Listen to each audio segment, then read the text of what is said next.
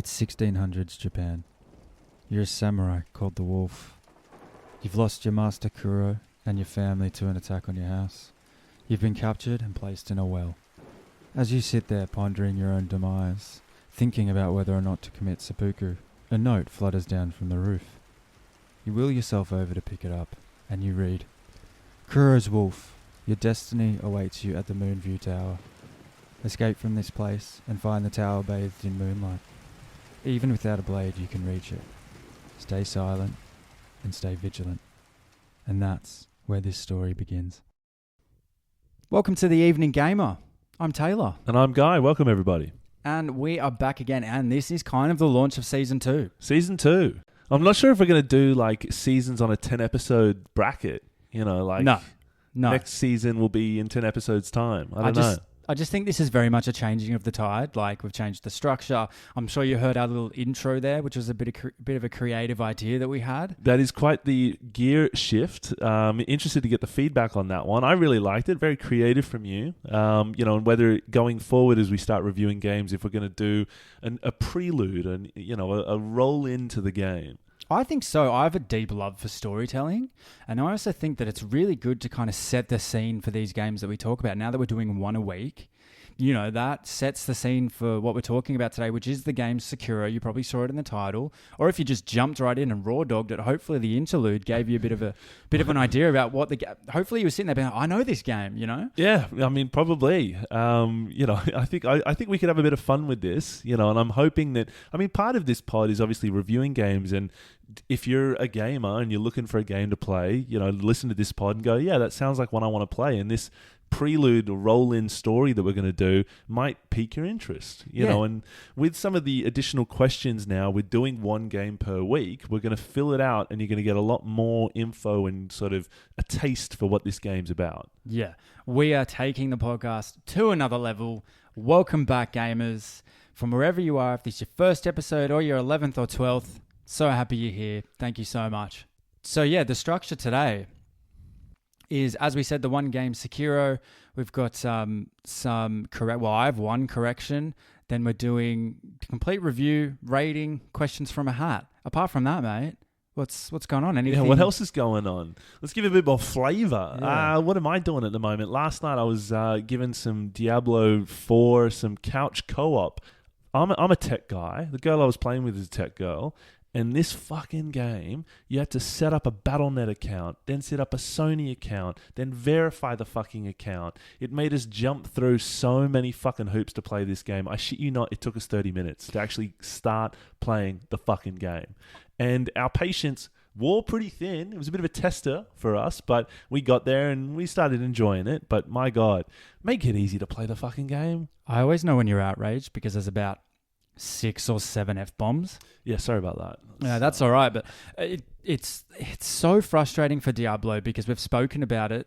It wasn't it didn't come out and really blow the socks off everyone like everyone was hoping for. But I also had someone this week tell me that with their new season drop, hopefully things were going to get better. And from what you've just told me, it doesn't really sound like that's happened. This is always a challenge with these kind of always online games that you got to set accounts and link it, and it's always online. I've heard the same thing. That's why I'm back kind of giving it a bit of a whirl. I obviously ran it through single player. And now obviously doing it with somebody else was sort of going to give it another chance now that they've made it better. Because I did enjoy Diablo 2 back in the day. Diablo 4 is sort of a love letter to it, it feels like. And it's very much got the same themes and things. So eventually I'll probably do a full review on it. But that ain't this episode. No, it's not. And can I just say, a bit of a change of pace, how good it is to just kind of be getting back into autumn and winter. Like, not even just like the fashion and how much more comfortable it is in this city when it's not humid and you're sweating your balls off every day, but also just, man, it's so good to have the footy back. It's so good to have the AFL back. The Swans, which is our local team in Sydney, kind of killing it this season. The Formula One's back, man. Every weekend, apart from gaming, there's just so much to do, and I'm so happy. It's such a good time of year. Mate, it's a great time of the year, and every weekend is a banger at the minute. Last weekend was my birthday weekend. We went and watched the Tars and the Crusaders playing. We won after the siren. You can sing me happy birthday on the pod. Fuck. I was not even giving you your present. Yeah, that's been heavily delayed. Oh, mate. Here you go. The podcast is your present. You're 33. I'm not hanging out for fucking presents anymore. On top of that, you know what I've actually finished now? I think I mentioned in a previous episode watching 3 Body Problem. Really liked it. Top notch. But you know what? It's made me discover about myself that I don't like to ponder my own mortality too much. There's like 3 episodes in 3 Body Problem that are very much like death is looming, kind of. I won't give any spoilers away, but it really goes into that. You know those shows and movies that really, really grind out the mortality aspect of different characters and as a human, how you think about it. And I've just discovered that, like, man, you've only got one life. I don't like to spend that life thinking about my death. I mean, do we have one life, Taylor? Yeah, well, come on. Is this all a what do they call it? Not a mirage, a virtual reality? I'm is there facing away from you right now. I'm looking back on my laptop because I'm not going into talking about it. Why not? Let's turn this pod into a sci-fi. No. Correct me if I'm wrong. I kept saying Deep Rock Galactica in our previous episode. Galactica. And you tried to say it was because I was drawing correlation to Gattaca, which was a good guess. But you know what it was? It was Battlestar Galactica. That's what kept coming into my head. And you know why? It's because from The Office, I don't know if you've ever watched that, but Dwight Schrute, that character from there, big nerdy, nerdy character, loved Battlestar Galactica, and they have that saying, which is bears beats Battlestar Galactica. It's amazing that's where the reference you draw is from The Office and not the actual fucking show Battlestar Galactica, I know, which I've seen and is a good thing to watch. It's a good show. It's crazy how different things make their way into your mind as different people through different avenues of pop culture. Isn't it amazing? It's almost life. Yeah. So we're going to hopefully breathe some life into your whatever afternoon you're listening to this on, because it's a fantastic episode. We're talking about Sekiro, got Game of the Year. It's obviously a FromSoftware production, came out in 2019. It's the third-person over-the-shoulder samurai game, and can I say what a game it was. And when in the intro, when I said you're about to go on a journey with that samurai, my God, you definitely do. And we're going to talk everything Sekiro, the ins and outs, what was good, things they could have worked on if there are any, but I know you've got some questions for me as you're taking on the interviewer role today. So, mate, if nothing else from a life admin perspective, I'm happy to jump straight on in. Yeah, mate, I'm keen. Let's do it. So, Taylor, how does the game commence? How does it start? What's the first vibe from it? Yeah, well, the intro's kind of what I said at the beginning is very much setting the scene. So it's 1600s Japan. You play a samurai called the Wolf. Now, essentially, you find yourself in a well, and the game starts off pretty slowly because there's been an attack on your house, your master's been killed, the heir who you were meant to be protecting has been kidnapped, your sword and samurais have been taken, you're limping because you're injured. So your first experience with this game is kind of like, what the fuck is this? I can't sprint, I can't really jump, I can't really travel that well or anything like that. You're really kind of just limping back after getting this note that floats down through the roof back to the heir who you've got to kind of rescue from his kidnapping place. So that's how it starts. And why I'm drawn to this game always comes back to how I love Gothic games. There's such a Gothic feel to this. Look, it's not the best resolution in terms of how it looks. It's very cartoony, but it fits so well. So that's how it starts. Like I would say it's a relatively slow start when you pick up the controller, but it gets quick and challenging so very quickly. You showed me a bunch of clips and they looked really cool. But I hear what you're saying with the sort of the art style of it. It kind of, I don't know why, it gave me vibes of like Ninja Gaiden back in the day. Yeah. Like some elements of it are very 2D, if that's what you kind of mean, especially the backdrop quite often. Yeah, there's like it felt like there was like a haze to it. Like I don't know, it was sort of it wasn't crystal clear. Yeah, very very dark, very much with like a Vegetti filter on it constantly. But I don't know your filters. I don't know if I've said that right. But yeah, very Gothic, very dark, very encapsulating. Like you do truly feel alone. Like you feel like you're with him there in the world at the beginning. And I think the way they kind of produced that alluring element of it was really fantastic. It was definitely a plus side on how it looked. So, excuse me, moving to how does it play? It plays really well. The mechanics are fantastic. You end up getting your sword back from the heir who you go and rescue eventually. And the game really starts to speed up there. But I suppose to give a little bit more to the story, the reason why everyone's after this heir is because he has some mysterious powers that can kind of help resurrect people. And like he's kind of like a special sort. Like you kind of think like Neo in the Matrix. Like that's who they're really trying to capture and brutalize and utilize here for their own, I suppose, dark, negative gain. And it's really up to you to kind of pick yourself back up and get through this game and defend him.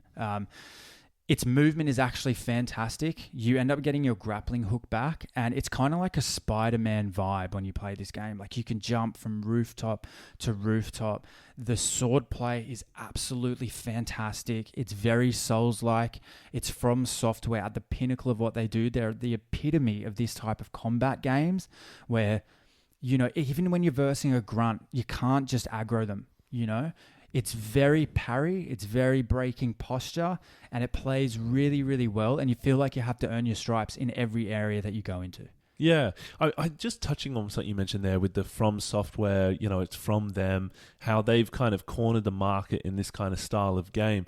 And I was thinking about it just as you were saying it, that like games like this where it totally changes the way it plays or like creates its whole own genre, is what they've done in essence. And people refer to it as this is a FromSoftware type of game, style of game, Life of P, like that. But it's interesting that if you go back at some point in time, every type of game had a game that originated that style going forward. From the earliest days of your Dooms and Wolfenstein and those types of ones, but we don't refer to them as the Wolfenstein genre, or style of game. It just become first-person shooter. Is there a term for this genre, like of what it is? I'm trying to think of what it would be. It's Souls-like. But that's what I mean. That's from the name of the game, Souls-like. It's I think is it the first time a game has actually taken ownership of the genre it's created? You reckon? Are you asking me if Sekiro kind of led the way to this Souls-like genre? Well, no. I mean, it would have been Souls, Demon Souls, Dark Souls. Those ones were predecessors, no? I think what puts these games in that category is the look, the feel, the combat, and the challenge. Like Sekiro is by far the hardest game I have ever played. And I feel like if you've played through that game to completion, like even just done the main storyline, then it should come with like a certificate, because this game encapsulates everything that you need to be good at from a turnstile combat game in terms of you can't aggro, you need to parry, and then you need to counter. You need to dodge. You need to use... So in this game, as I said, you have a prosthetic arm because you get your arm severed. This kind of like monk at your main temple hub gives you a prosthetic arm that you can upgrade and things like that. You need to use that constantly. The movement is very much a huge part of the game, and I think that's what plugs games into that category, are those three things: the challenge, the movement, the combat. Yes. And I did read in sort of doing a bit of research on this that, a lot of reviewers found this a very hard game, as you said, and one reviewer even went so far as to say he couldn't beat the final boss, which is surprising for me. I wonder how long they attempted to do it. But I did also read that shortly after the game was released, modders, of course, got to work on it. And one of their first things they did was make it easier, which is quite surprising. Yeah, well, I mean, did they? Is the question that I'd have for them. I'd be keen to research how they made it easier. Maybe, well, they slowed it down. There you apparently. go. Yeah. Okay. Well, because from my experience with this game, it's kind of... And this might actually... It could go either way depending on what type of gamer you are. Sekiro does not give you a break. Yes, I could tell that from watching the clips. It does look rather relentless. You finish an area and you come up against a boss... And that boss, no matter what you've done in that area, how far through the game you are, how much you've leveled up your skill tree, how effectively you've used everything at your disposal, the game still says, good luck to you against this boss. Because, and you know what else? You know what else is such a huge part of these Souls-like games? Are big bosses having stage 2s. Almost every boss in this game or every mini-boss has a stage 2. Like there's a boss in this, which is kind of like a huge gorilla. And when you defeat it, you rip off its head, and it's so satisfying. And the game actually, it does this so well, and this is so Souls-like, so Sekiro. The game actually lets you start walking off. Right. It's not like a cutscene where the stage 2 starts. It finishes the game and it goes, phenomenal execution, as if you've beaten it. And then you go, okay. And you don't receive any rewards and you're like, it's not going to do it to me. Is it? You start walking off as a player controlling the samurai. And in the background, it stops you and the head starts to wiggle and the gorilla picks up its head and puts it under its arm and gets back up. And you're like, are you fucking kidding me?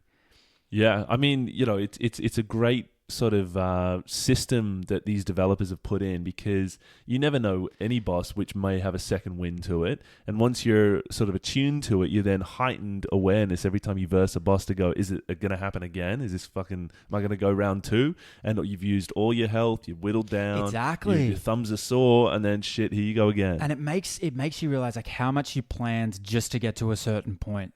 Because I guarantee you, anyone that defeated that the first time, not knowing about the stage 2, when it came up for the stage 2 time, you're like, I don't have what I need to have to get this done now. Yeah. I planned for it to only be a stage 1. So you almost have to kind of like, you give it a go, but you're not going to win it. And then you have to replan, okay, what am I going to use on my prosthetic arm? Am I going to use the axe? Am I going to level up the gun element of it? Am I going to select to use that one? Like, how am I going to get through this? And I think that's what cornerstones, FromSoftware is so close to... Oh, I actually think they did create Elden Ring. So and they were involved in Dark Souls. So they are very much the developer and the publishers that make these games. And that's what cornerstones, and that's what identifies. Coming back to this second wind sort of stuff, sorry to cut you off, is that with it is like the second wind is what the developers have done has created a collective moment for every person playing this game. That when you get to that boss and you beat them on the first wind and then you get the second attempt, what they've done is every player is going, you got to be fucking kidding me, has had that reaction or one way or another. And I akin it to, you go to the movies, everybody's sitting in the cinema, you're watching The Departed, and Leo gets shot in the fucking head. Everybody's going, holy shit. A collective experience of every person who's played or viewed that kind of moment is fantastic. I think that's a great moment. And if you're worrying about spoilers right now, if you haven't seen The Departed by now, what are you doing? I'm not apologizing to anybody listening to this and not knowing that. I'm so you haven't seen it? Go fucking watch it. Yeah, it's like when someone eventually spoiled Sixth Sense for me. I was like, I'm going to watch it. And then someone said, oh, he's been dead the whole time. And I was like, what the fuck? And they're like, mate, it's been out for like a decade. What are you doing? And I was like, totally fair enough. We know from our analytics that just about every listener is in the 25 and up age bracket. Yeah. So I think we're safe in saying that most of our listeners have watched these movies. No, but I think also that's actually what I'm drawn to games like that go, this is a game. Are you going to let this game defeat you, or are you going to get to the end of it? Yeah. It's kind of like those moments that you talk about having when you verse Melania. Sekiro, there's like a dozen Melanias throughout the game. Yeah. In different platforms. They come in different sizes, cover different surface areas. But they're the types of battles that you come into, after every area or throughout every area. You have to have constant goes at them. You have to pivot and change your tactics. And you need to actually sit back and go, what can I do here? Yeah. And not only that, but every time... I think what they did so well with Sekiro as well, and why it definitely was up there when it got Game of the Year, and it deserves its accolades, rightly so. But what they did as well is they merged it into a game of stealth as much as it is attacking prowess. Like your entire character, the shinobi that you play, the resources you have available to you do make you a hell of a lot more powerful than a lot of the grunts that you come up against. But you still need to, when you enter a new area, you need to go to a rooftop and you need to say, okay, how many enemies are there? How many enemies can I take out without being noticed? Because that's going to give me the best shot of doing this. You can't just run in and you can't just flicker about with your thumbs and get through it. It's just, you're going to die. Yeah. And you said they made it easy. I'm not sure they did, because every time you die, the game actually punishes you. No. So what I meant with made it easier, the mod is, so you could download a mod off one of those fucking websites and then install it and make it easier for yourself.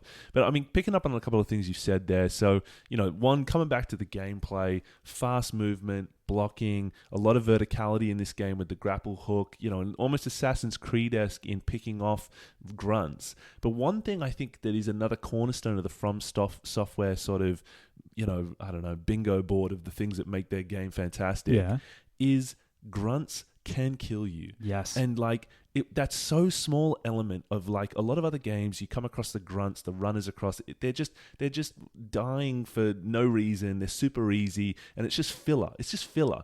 But in these games, the Elden Ring I keep coming back to because it's the only From Software I've actually given a go. When you walk out of the crypt and there's the horse guy, you go beyond that and there's that first town.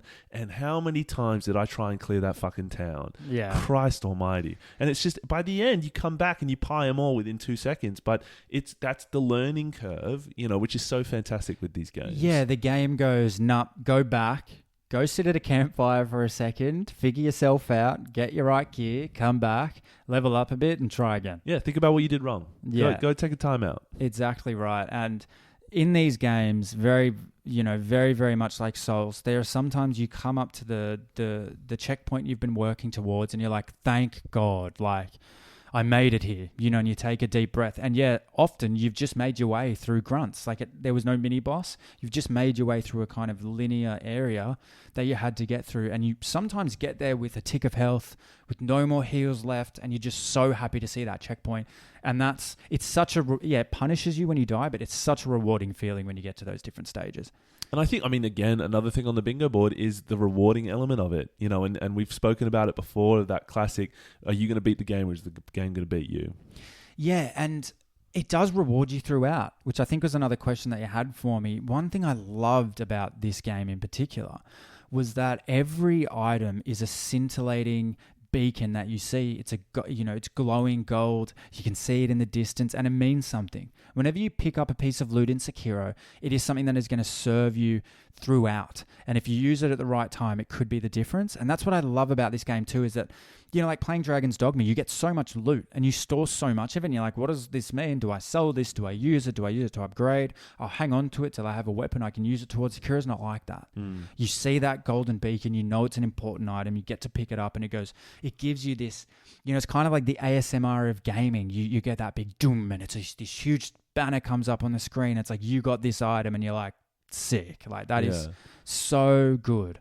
No, yeah, I agree. When you overload a player with so much loot and so much random stuff, it does lose meaning, and it kind of, the RNG randomness that some of these games have of going, you never know what item you're going to pick up, kind of does go, it takes away the effort and the challenge and the enjoyment of like, okay, you just beat a major boss and the RNG just pops you out, a pair of pants that's like low tier. And you're like, fucking sweet for that. Yeah, and what a lot of these games have taught me is a gaming rule that I now live by on every game. And if you're a newish gamer, I would urge you to follow this rule, is always go backwards before you go forwards.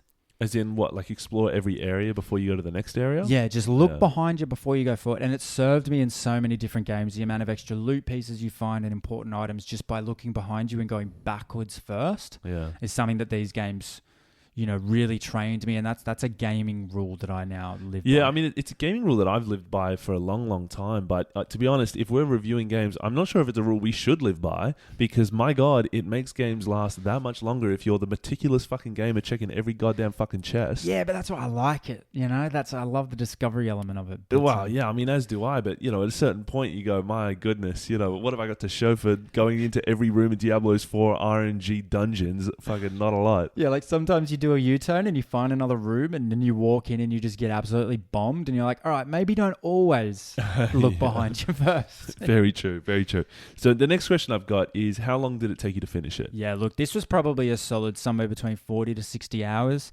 Look, in all of these Souls-likes, you can just do a basic run through where you don't care too much about the storyline or any little mini side quests. You don't want to get every piece of loot. You just really want to make your way through the areas. You want to defeat all the bosses. If you did that and if you had the skills, you could probably get this done in 20 to 30 hours. Oh, shit. Are you saying with the 40 and the 60, that is with deaths and rerunning and fights and bosses, like total game time? Yeah, definitely. Yeah, okay. And the large portion of that would be one of two things: exploring areas a little bit more if you do the 40 to 60 hour option, or just continuously having more cracks at that boss you can't get past. Like that's what the majority of this game would be. And did you 100% it? I haven't 100%ed it. So I actually started my third run through. Because Souls and it was the same for Lies of P, you actually can't 100% the game on the first run through. There are different often in a quest, there's a fork in the road. Are you going to do this or are you going to do that? And you almost need to write it down. Like, okay, my first time I did this. My second time I now need to do that. So I get a different piece of loot. I can upgrade a different piece of my prosthetic tool and I can upgrade it that way. It's a polarizing one, that, because a lot of gamers will say, I don't want to play your game twice to get everything, and they're probably a little bit more of the linear pathway, because as am I fall into that trap of saying, and this is where you and I differ as gamers, if I finish the game, unless it's the best of the best, I won't replay it. And it just to go get another item, I don't know. Like, I don't know if I'm there for it. But also, there's this, you don't have to 100% this game to enjoy it. Yeah, I've got OCD, and that's a problem. Like, if you're a gamer that's like, I'm just going to make the decisions that I would make if I was in his shoes, and I'm going to let the cards fall where they do, then that's the game that you get, and that's the game that organically speaks to the experience that you chose, and you can put it down after your first run through and be satisfied. Yeah, and I mean, this ain't a deal breaker. I mean, fuck, if I was that way inclined playing Elden Ring, I'd be still playing it to this day with the numerous fucking things. I mean, I saw a dude the other day who says he played run through Elden Ring 6 times, and he's finding dungeons he never found before. Yeah, I'm on my 5th or 6th run through Elden Ring, but I've meticulously gone through and gone, okay, what quests am I going to do now? I'm going to focus on those because they time out, or you beat a boss and that person's dead, or something like that. Like, that always happens. But also that speaks to, that's a good thing as well. I want them to keep doing that because that means when you do finish the game, you can be like, I loved this game. And guess what? I can have a completely different second run through if I want to. Which is a good thing. And that shows how much the developers cared about you having a really good experience on their game. Because it's not over when it's over kind of thing. No, I hear you. I mean, I just kind of look at, do I run through this game another time to get these different story beats and these different items, or do I move on to the next game? And unfortunately, with the quantity of games that are out nowadays as compared to when we were kids, you're spoiled for choice, and usually the next game I got lined up, I'm really vying to play that one, and I'm kind of done with the old one. So, it's different strokes with different folks on that one. But that's why it's also so good when you find a game that you're like, I don't want to rush this. Yes, and that is something we've mentioned before of going, take your time a little bit more, which now we're doing this pod, thankfully we're doing one game a week, is making that a little fucking easier. I'd like to think you're definitely an evening gamer, but there are times where I make time to juggle 2 or 3 games at once. I can't do it, yeah. Yeah, but Sekiro was one that, look, it'll be in my hard drive for many moons to come because I'm going to do 2 or 3 game run-throughs because it earned Game of the Year, man. It's one of those ones where you sit back and go, yeah, okay, Game of the Year, sure, fuck yeah, why not? They earned it. Yeah, I mean, I think when we talk about, these games of the year, we should probably look at, like, what were the other games they were up against?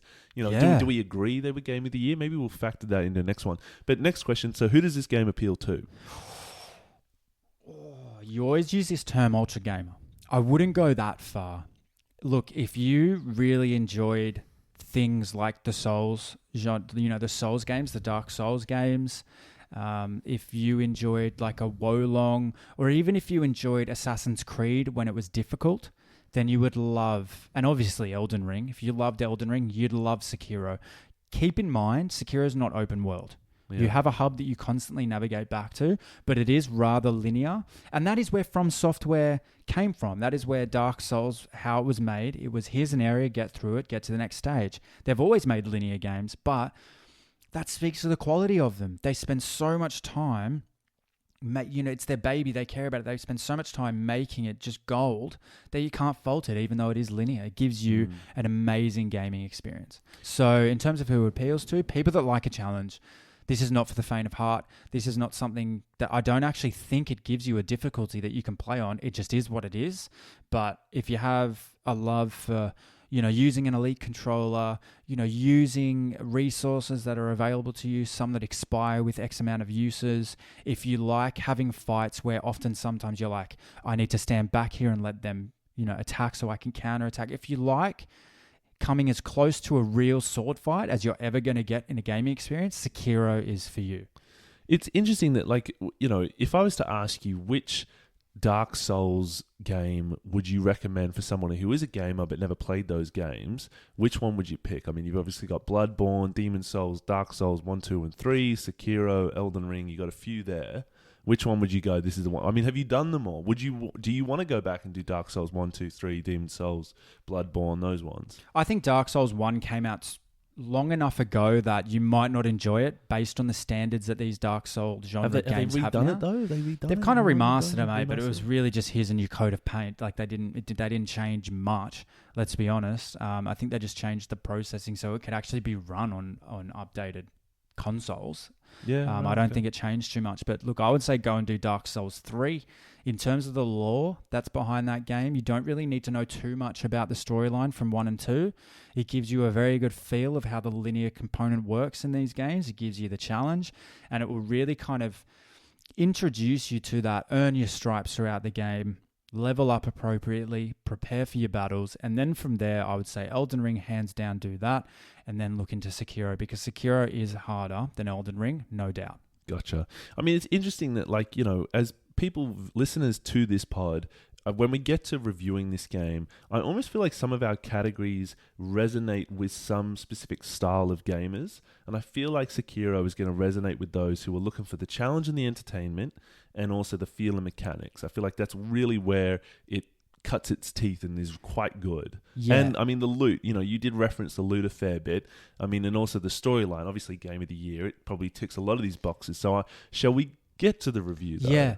On that though, there are some moments in cutscenes that are absolutely phenomenal in this game. Like, I recorded them. That's how good they are. Like, in the first battle that you lose the cutscene, because you have to lose that. It's such a Souls-like thing to throw you into the game and give you a battle you're not meant to win straight off the bat. The cutscene off the back of that is amazing. You have one boss that's like your old master that you have to fight. The character development, the cutscenes, the lore that it gives you in the story is just top tier, phenomenal in this game. All right. Well, I mean, should we review? Is there any final thoughts you want to touch on with this game? No, I think that really covers it really nicely. All right. Okay. Well, I'm now, excited. We've got the leaderboard going. We do have the leaderboard going. And we've categorized our games now into kind of like our 100%er, which we know at this point is Returnal. You always go at the top. I'd go from the bottom up. I don't know why you like... because then it's like S tier, which is anything 9 and above, an A tier game, which is in the 8s, your Bs, which is in from your 7 to your 8, and then your Cs and below, which is 6 and below, right? Yes. Now, you don't know what I've given this game. No, I don't know, and I'm going to feed it into the leaderboard. But before I do just want to mention why number 1 spot is called the 100%er, and it's because you and I continuously agreeing with each other saying it's 100%, 100% media. So the number 1 game, we're going to go, this is the 100%, and then S tier, A tier, B tier, etc. So... here we go. Now, I'm going to ask you... our 100% game at the moment is Returnal, which sits at a 9.82. Yes. Okay. Are you ready for the rating of Sekiro? Drum roll. Well, before we get to that... oh, God. Go on. DRG is at the bottom end of the spectrum, which I think is brutal that we've done this. It's a 5.8, but because we did pump a few hours into it, and then we've obviously got all the other games listed in it. So when we do the review, I will feed it into the leaderboard, and we'll see where does it land. Okay. Are you ready? I am now. Drum roll. Here we go. It is a 9. Oof. Point. Yep. 5. Ooh. 2. Shit. 9.52. So it takes Lies of P out of number 2 spot, slots in right after Returnal. Number 2 game of the list. S tier game of the list so far. It's S tier, and here's why. Storyline, I gave a 9 out of 10. Phenomenal. I gave, it's not so much I took a point off with storyline. I very much let a game earn points. I don't start at a 10. You know what I mean? And I just felt like the story, you can't really fault it in too many ways. I just thought that kind of there was an element of the story which could have played such a big part that they didn't pursue as much as I'd liked. And that's really that this kind of city that you're operating in Sekiro has this thing called dragon rot, and it could have played such a bigger part. Like, my creative, receptors were going wild with what they could have done with that, and they didn't. So I just kind of gave it a 9, right? Fair. All right. Feel and mechanics can't go wrong. It flows so well. It's so quick. You've got your grapple. You're almost Spider-Man sometimes. The execution is phenomenal. The turn-based combat, I gave it a 9.6. Challenge and entertainment, flat 10. There's not a dull moment in this game, and every death and challenge lingers around every corner and every area. So that's 10 out of 10. Character development and build, I gave that a 9. Your character talks, he develops deep bonds with NPCs. There's different storylines that you have to do where can you save someone, can you not? You have to make that decision. Gave that a 9. Loot and extras, can't fault it. Everything you pick up is amazing. The sword that you constantly work on and your prosthetics constantly working on that, and the wow moments throughout the game, I gave that a 10 out of 10 as well. And that plugs out the 9.52. Shit, it's a strong game. I love how you gave the final score before you then went through each of these ones, because every listener is going to go, well, now I know it's what it is. We got to go the other way with this. I reckon we keep going this way. No, you got to build the suspense, man. All right. Well, we're still, episode 11. Yeah, we're still learning, but we're still good though. Yeah, mate. 9.52, phenomenal game. Would recommend this to everyone, but definitely not as your first game. This is something that you need to have a love for. You need to have been gaming for a while, but once you're there, holy hell. FromSoftware did it again back in 2019, and I hope they continue making games like this. I know they're developing a few for 2024, but, this sets the bar, and I hope everything they produce after this is aligned with it. Yeah, I'm excited for what is their next release, which is going to be the Elden Ring DLC, which we're all vying for. And I think when that drops, you and I will play that one together. 100%. Yeah. Fuck it up. Can't wait. But I think from here on out, we're obviously both playing Dragon's Dogma at the minute, and we're going to sort of splinter off and actually start focusing on different games. So, that way we can keep the content rolling in. But let's move to questions from a hat. Yeah, and our question this week is actually another write-in. So someone anonymously wrote in, and gave us a question, which was, do you want to hear it? Yeah, well, I was going to say, so they sent it in. It was a clip from somebody on Instagram, dangerbead_55. I feel like we give the call out because that's where we got it from. Nice. Yeah. But yes, so the question was, what video game universe would you want to live in? I've done a lot of the talking, mate. I'll hand over to you for the first answer here. Okay. And what a great question. I love that question. And let's set the parameters. It can't be, we were talking about this before, it can't be like Pokemon. Well, yeah, so the obvious answer is fucking Pokemon, and I agreed with you that we couldn't do Nintendo games because some fucking melon's going to go Wii Tennis and you're going to go, that don't count, man, sorry. That would be hell. Imagine playing tennis for the rest of your life. I mean, there's worse things you could do. Did you ever watch Key and Peele? Yeah. Where they had the every day I'm shuffling or whatever, and they're stuck in the club, and all they have to do in that skit is just continue dancing and end up killing themselves. I feel like if you were to plug yourself into a Wii Tennis world, you'd go mental. Yeah. Like you need to be realistic about this. What is a world of a game that you could live in and have some sort of semblance of a life if you're not the main character? That's the question. Yeah, no, I mean, that is a great question. So, I did a bit of research on this, and like some of the answers that came up in, I think there was a Reddit page conversation around this, Mass Effect, Minecraft, would be some of the ones thrown out there. I mean, having played Mass Effect, I was a big, loved that back in the day. I think aside from being invaded by another species, you could have a pretty sweet life there on Earth before sort of then it gets completely turned into a war zone. But nonetheless, a bit of spacefaring. I think that would be pretty fun, Mass Effect. I'm trying to think of some other ones out there. I do. There is going to be a counter question to this, which we'll get to in a minute, which is what game universe would you definitely not want to fucking live in? My game world that I'd live in, look, it would probably have to be, but it's a Nintendo game. I was going to say Breath of the Wild. Yeah, nah, that's out. Yeah, right. Okay. Back to the drawing board. Yeah. So while you continue to think on that one, so the game world you wouldn't want to live in, for me, would be Dante's Inferno. Why? Because you're in hell. That game revolved around going through the 7 realms of hell.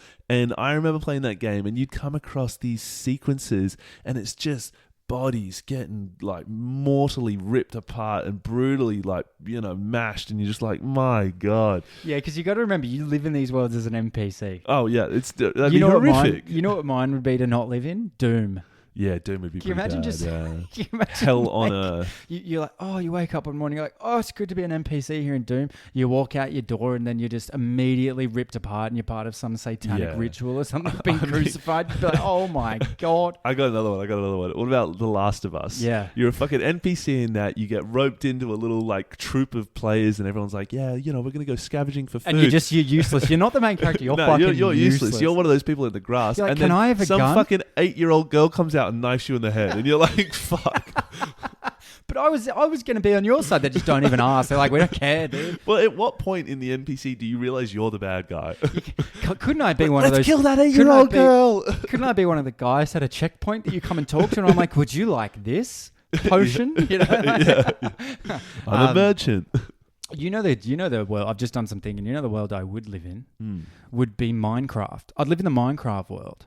But did you do some thinking? Because I said that one before. Oh, did you? Oh, did you say you couldn't or you would? That was one of the ones that a lot of people said they would want to live in. Yeah, I'd say I'd live in that, but that would also be stressful. Have you played Well, the latest? isn't it when night falls, you go outside? You're in big trouble and shit. Yeah, but you're in big trouble. You better. But you spawn in at midday in that game, and you better build a fucking house quickly, mate. Because a cavern or a cave's not going to do it for you. They're all in there. Yeah, fuck. I mean, that game is still one of the most played games in the world right now. Yeah, but you know what I do like about it is you could become self-sufficient over a period of time, and it would be survival. And once you were there, there'd be some semblance of normal life. You know? Yeah, I got you. It's Minecraft's always been an interesting one for me because like the style and the graphics of it, I feel like my gaming sort of repertoire and the style of it surpassed Minecraft. Like it was a step back of that block kind of thing that I never really meshed with. You know, by that point it was like visuals, graphics were really insane, and I just was like, I feel like I'm going back in time playing a game like that. I don't know, I never really got it.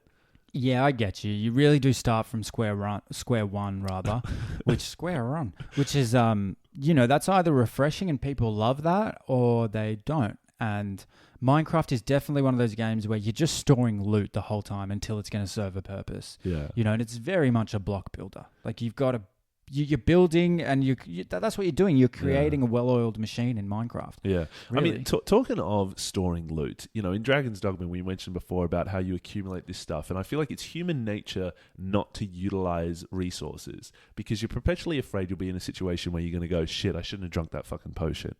In Sekiro, you mentioned before the items you get are really important and all the rest of it. I think that is sort of a really big tick in its square of useful fucking items. I know we mentioned it, but like it's an annoyance for me because of that human ability to go, I got to look after my shit.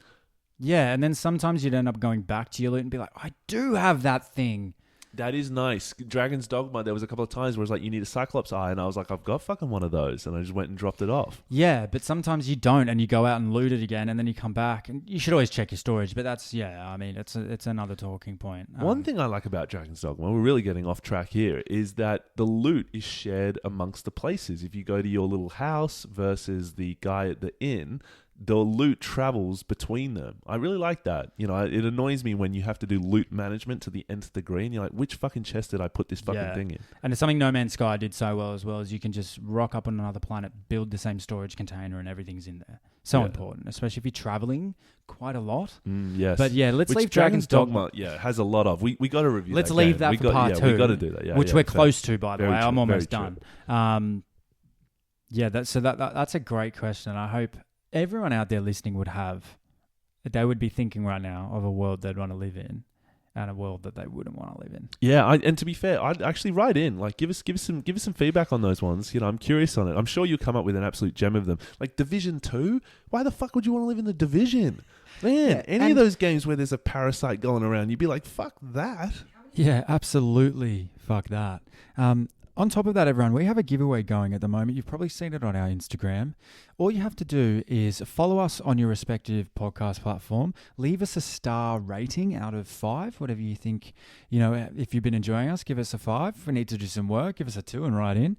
And then send us a screenshot to either info@theeveninggamer.com.au or inbox us on Instagram. Yeah, please do. Curious to see it. We've had a few entries thus far. Why not? And next week, we are going to be doing Dragon's Dogma Part 2. So keep your pants on. We're going to have a lot to Don't know why they're off. We're going to have a lot to talk about there. I've certainly had some nuances since Part 1, and a lot of developing things I want to speak about. But yeah, so next week, Dragon's Dogma Part 2. That's what it is, yeah. Don't be an NPC. Keep leveling up. Goodbye.